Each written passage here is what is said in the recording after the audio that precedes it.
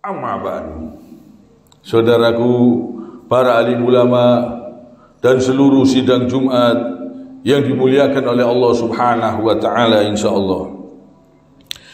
Mari kita berusaha terus untuk meningkatkan amal dan takwa kita kepada Allah Subhanahu wa taala ini selalu. Mumpung kita masih diberi kesempatan, mari kita terus berusaha terus, berjuang terus dalam segala keadaan, di setiap waktu, di setiap tempat, berusaha terus untuk meningkatkan ketakwaan kita kepada Allah Subhanahu wa taala. Dan mari kita perbaiki salat kita. Mari kita perbaiki kehusuan kita, keikhlasan kita, supaya benar-benar salat kita ini betul-betul bisa mencegah perbuatan keji dan mungkar. Karena sholat yang benar pasti insya Allah bisa mencegah perbuatan keji dan mungkar.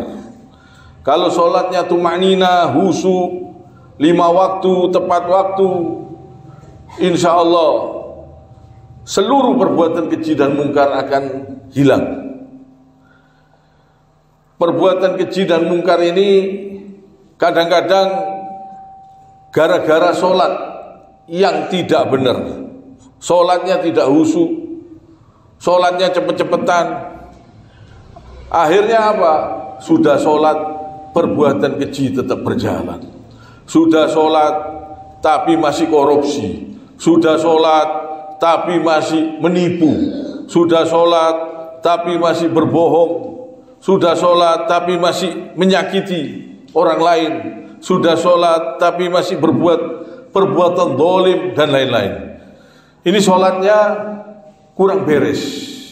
Kalau sholatnya benar, insya Allah pasti sholat yang benar bisa mencegah perbuatan keji dan mungkar. Kalau sholatnya ikhlas betul-betul karena Allah Subhanahu wa taala, dan bacaan-bacaannya diresapi, rukuknya, sujudnya diresapi, doa yang ada di dalam sholat diresapi, kita ini memohon kepada Allah pertolongannya setiap waktu, setiap saat. Kita butuh pertolongan Allah yang besar. Kita butuh dosa-dosa kita diampuni oleh Allah. Kita ini tidak mampu menghadapi siksanya Allah. Jangankan siksa akhirat, siksa dunia saja tidak mampu. Jangankan sengsara di akhirat, sengsara di dunia saja tidak mampu. Jangan berani-berani berbuat dosa. Jangan berani-berani meninggalkan sholat.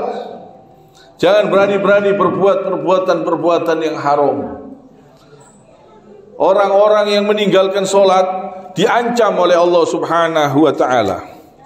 Dan Allah Subhanahu wa ta'ala menceritakan tentang orang-orang yang masuk ke dalam neraka. A'udzu billahi minasyaitonir rajim. Dalam firman-Nya Allah Subhanahu wa ta'ala berfirman, "Ma salakakum fi sakar? Qalu lam naku minal musallin wa lam naku nut'imul miskin." Allah Subhanahu wa ta'ala berfirman, yang artinya, apakah yang memasukkan kamu ke dalam neraka sakor? Mereka orang-orang penghuni neraka ini menjawab, kami dahulu tidak termasuk orang-orang yang mengerjakan sholat, dan kami tidak pula memberi makan orang miskin. Jadi ini supaya kita perhatikan, jangan sampai kita lalai dengan sholat.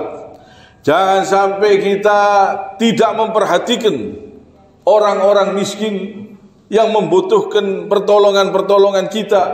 Jangan sampai kita lalai. Jadi orang-orang yang masuk neraka ini gara-gara sholat bisa. Dan sholat ini luar biasa pengaruhnya. Rasulullah SAW bersabda dalam sebuah hadis riwayat Baihaqi, "Ya Rasulullah, ayyul a'malu ahabbu ila Allah Ta'ala fil Islam?" Qala, "As-salatu li waqtiha. Wa man taraka salata fala dina lahu wa salatu imaduddin." Ya Rasulullah, Amalan apakah yang paling disukai oleh Allah Subhanahu wa ta'ala di dalam Islam?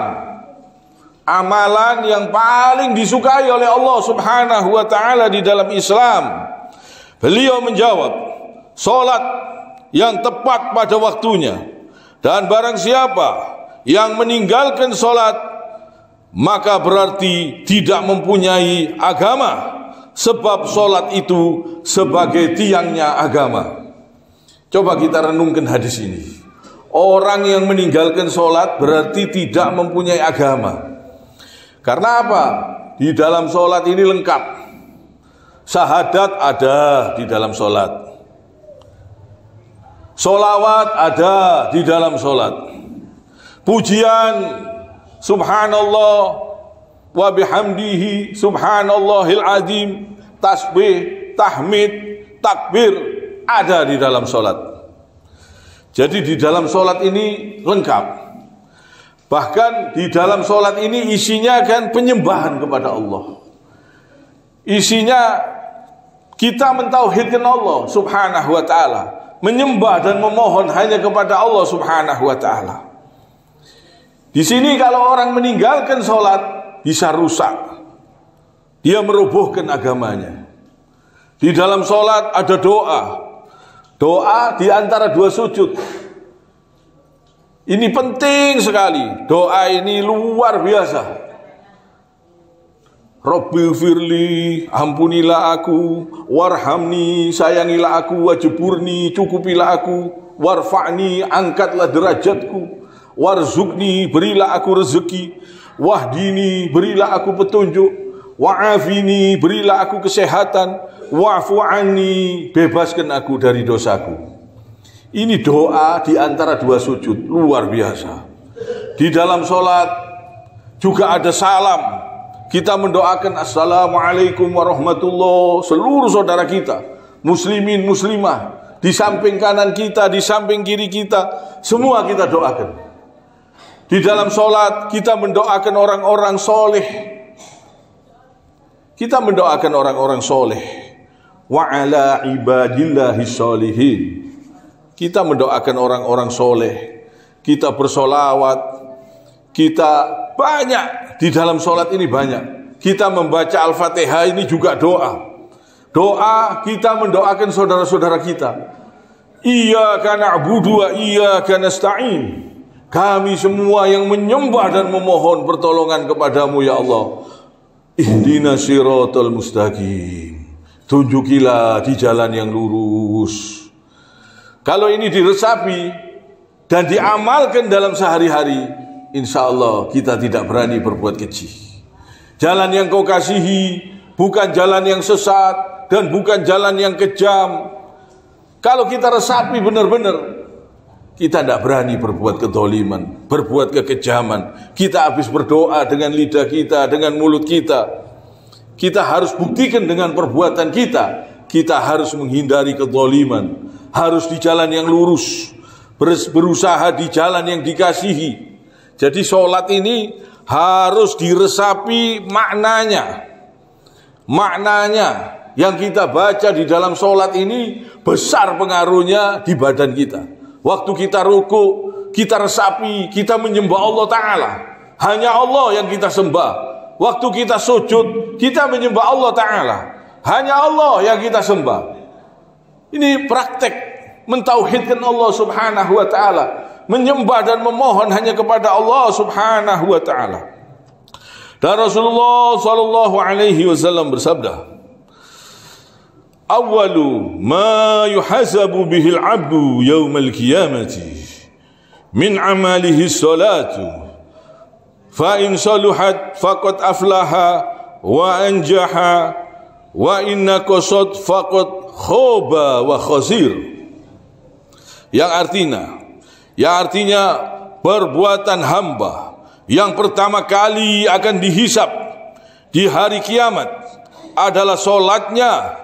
Maka siapa yang solatnya bagus, sungguh ia telah berbahagia dan akan selamat. Dan jika kurang baik solatnya, maka ia akan sengsara dan merugi. Ini hadis riwayat Munzir, Tabrani dan Tirmidzi. Ini supaya kita perhatikan. Salat ini besar sekali fadilahnya, besar sekali manfaatnya.